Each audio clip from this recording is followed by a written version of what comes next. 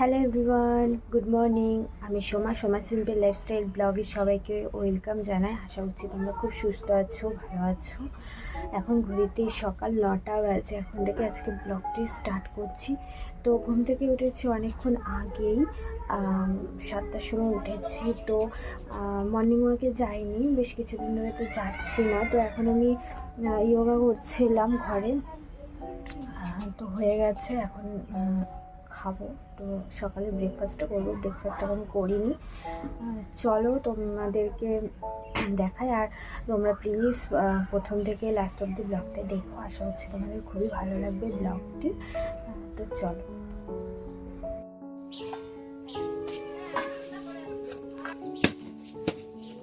তো বন্ধুরা, এই পিঠেটাই খাবো এখন। কালকে রাতে বানিয়েছিলাম, তো কিছুটা আছে। তো 4 পিস নিয়ে নিয়েছি আমি, আর একটু চিনি দিয়ে খাবো। অল্প করেই নেব চিনিটা।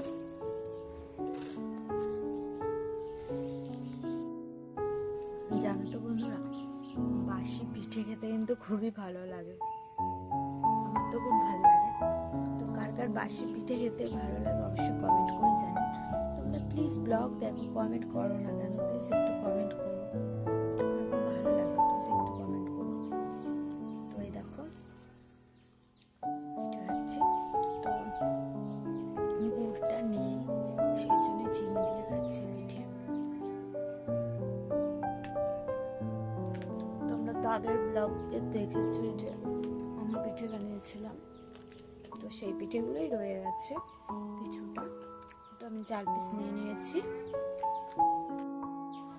সকালে উঠে ফ্রেশ হয়ে গোপাল ঠাকুরকে পুজো দিয়েছি। তারপর আমি ব্যায়াম করেছি, করে এই যে এখন খাচ্ছি। কিন্তু আমি এখনো বিছানায় তুলিনি। আমি সকাল সকালে বিছানাটা তুলে ফেলি, বাসি বিছানা, কিন্তু আজকে তোলা হয়নি। তো এখন খেয়ে তুলবো। এই দেখো বিছানা এখনো পড়ে রয়েছে। তো যাই হোক, তুলবো এখন খেয়ে। সব দিন তার সমান হয় না, মুডও থাকে না, ভালো লাগে না। সেই জন্য শরীরটা একটু খারাপ, মাথা ব্যথা, সেই জন্য। মা, আজকে কি করবো? উনুনে ভাত বসাচ্ছ?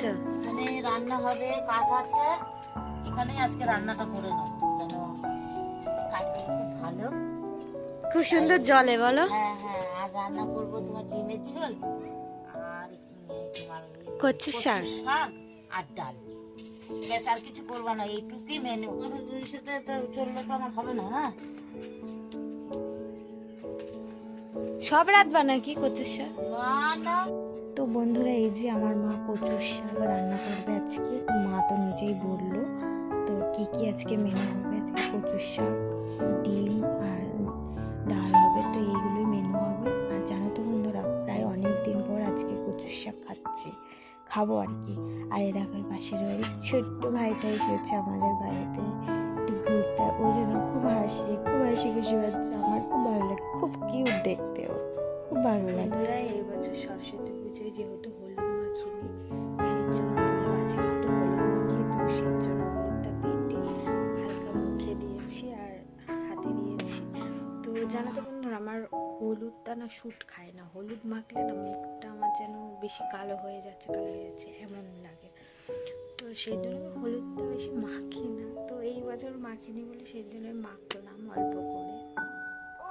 তো এখন স্নান করবো, স্নান টান করে পুজো দেবো। তো চলো, পরে দেখা হচ্ছে তোমাদের সাথে। বুঝছি 3টা বাজে। হ্যাঁ, মিষ্টি আছে পেয়ারাগুলো, হালকা মিষ্টি, হালকা মিষ্টি।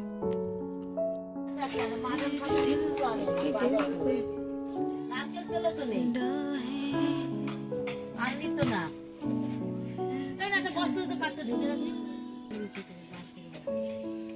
তো গাইস, এই যে বিকেলবেলা, এখন বিকেল 5টা বাজে। তো দেখো মাঠে সবাই বল খেলছে, ফুটবল। তো চলো বন্ধুরা, এখানে ব্লগটি আজকে শেষ করছি। ব্লগটি ভালো লাগলে অবশ্যই একটি লাইক করো এবং কমেন্ট করে জানিও ব্লগটি কেমন লাগলো। আর আমার চ্যানেলটি যদি সাবস্ক্রাইব না করা থাকে তাহলে প্লিজ অবশ্যই সাবস্ক্রাইব করে দিও।